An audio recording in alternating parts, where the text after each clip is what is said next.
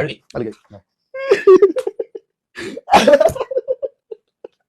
அடுத்து கோவம். கோவம். சிரிப்புனே. சரிப்பா. ஒரே ரியாக்ஷனா இருக்கு. நம்மளுக்கு இருக்க திறமைக்கு கரெக்டான ஒரு யூஸ் பண்ணாம சின்ன சின்ன ரோலோ அல்லது நான் அப்படி நிக்க வைக்கிறேன் இப்படி பண்ணாங்கன்னா அப்படி அந்த லெவலில் நம்ம கிடையாது. நம்ம ஆல்ரெடி பெரிய படிப்பு படிச்சிட்டோம். நம்ம ஒரு ப்ரொஃபஷனல். நான் போய் வந்து இப்ப சூர்யா அண்ணா அவங்களுக்கு படிப்பு இல்ல. ஆரம்பத்துல இருந்து பெயிண்ட் அடிக்கிற வேலையில இருந்து சின்ன வேலையில இருந்து கொஞ்சம் கொஞ்சமா போயிருக்காரு. இப்ப நான் ஆல்ரெடி ஒரு பெரிய ப்ரொஃபஷனல் இருந்து திருப்பி எல்லாத்தையும் விட்டுட்டு ஒண்ணுமே இல்லாம 500 ரூபாய்க்கு 1000 ரூபாய்க்கு இப்பலாம் நடிக்க முடியாது. கீழ இருந்து கஷ்டப்பட்டு கொஞ்சம் கொஞ்சமா வரணும். நான் அதுக்கான ஒரு நிலைமையில இல்ல. நல்ல நடிப்பு திறமை காமிச்சிட்டோம். கடவுளும் கலைத்தாயும் மக்களும் கண்டிப்பா எனக்கு அடுத்த கொண்டு போகும். சிம்பிளா ஒன்று சொல்றேன், படிப்புங்கிறது வேற, ஆக்டிங்கிறது வேற.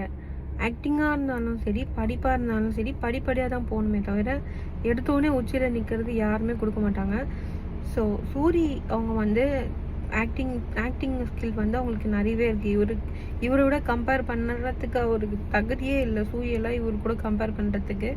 ஸோ சின்னதுலேருந்து சின்ன சின்ன ரோலாக நடித்து இப்போ வந்து ஒரு ஹீரோவாக நிற்கிறாரு அப்படின்னா அவரோட டேலண்ட்டு தான் அதுக்கு காரணம். இவர் நடிச்சிருக்கிறதோ அதை 3 படம் நடிச்சிருக்காருன்னு சொல்கிறாரு. ஆனால் நான் ஒன்று கூட பார்க்கல, இருந்தாலுமே நடிச்சிருக்காருன்னு சொல்கிறாரு. 3 படத்தில் சின்ன ரோல் நடிச்சுட்டு இப்போ 4வது நடிக்க போகிற படத்துக்கு நீங்கள் 30 லட்சம் சம்பளம் கேட்டால் யார் தருவாங்க? இல்லை புரியல. 30 லட்சம் சேலரி ஆமாம் இவருக்கு. உங்கள் படிப்புக்கு ஏற்ற வேலைக்கு நீங்கள் போனீங்கன்னா கண்டிப்பாக உங்களுக்கு நிறைய சேலரி கொடுப்பாங்க. இதுவே நீங்கள் ஆக்டிங்னு வந்தீங்க அப்படின்னா உங்களுக்கு ஒரு ஸ்கில்லும் கிடையாது. ஏன்னா கொஞ்சம் கொஞ்சமாக தான் வந்து ஸ்கில்லை வளர்த்துக்க முடியும்.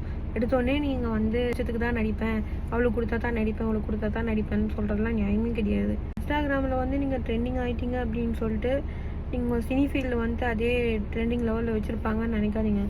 ஃபஸ்ட்டு உங்களுக்கு குட்டி குட்டி ரோல்லாம் கொடுத்துட்டு அதுக்கப்புறமா தான் உங்கள் திறமையை பார்த்து உங்களுடைய ஹார்ட் ஒர்க்கை பார்த்து தான் அவங்க வந்து என்ன ரோல் கொடுக்கலாம் அப்படின்னு சொல்லுவாங்க. அது வந்து படிப்படியாக தான் நடக்கும். நீங்கள் கேட்ட உடனேலாம் நடக்காது. உங்களுக்குலாம் வாய்ப்பு கொடுத்ததே இப்போ ஒரு பெரிய விஷயம் நான் நினைக்கிறேன். ஏன்னா எவ்வளோ பேர் எவ்வளோ ஆடிஷனுக்கெலாம் போயிட்டு எவ்வளோ நாள் வெயிட் பண்ணுறாங்க தெரியுமா? வாய்ப்பு கிடைக்காம வாய்ப்பு கிடைக்கலேன்னு ஏங்குறாங்க. உங்களுக்கு வாய்ப்பு கிடைச்சும் இவ்வளோ வாய் ஆடுறீங்க.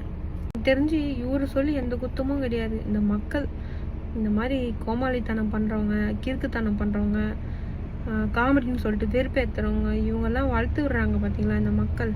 அவங்கள சொல்லணும், தேவையில்லாதவங்களாம் வளர்த்து விட்டா இப்படி தான் நடக்கும். 30 லட்சம் இல்லை 50 லட்சம் கூட கேட்பானுங்க இவனாங்களாம்.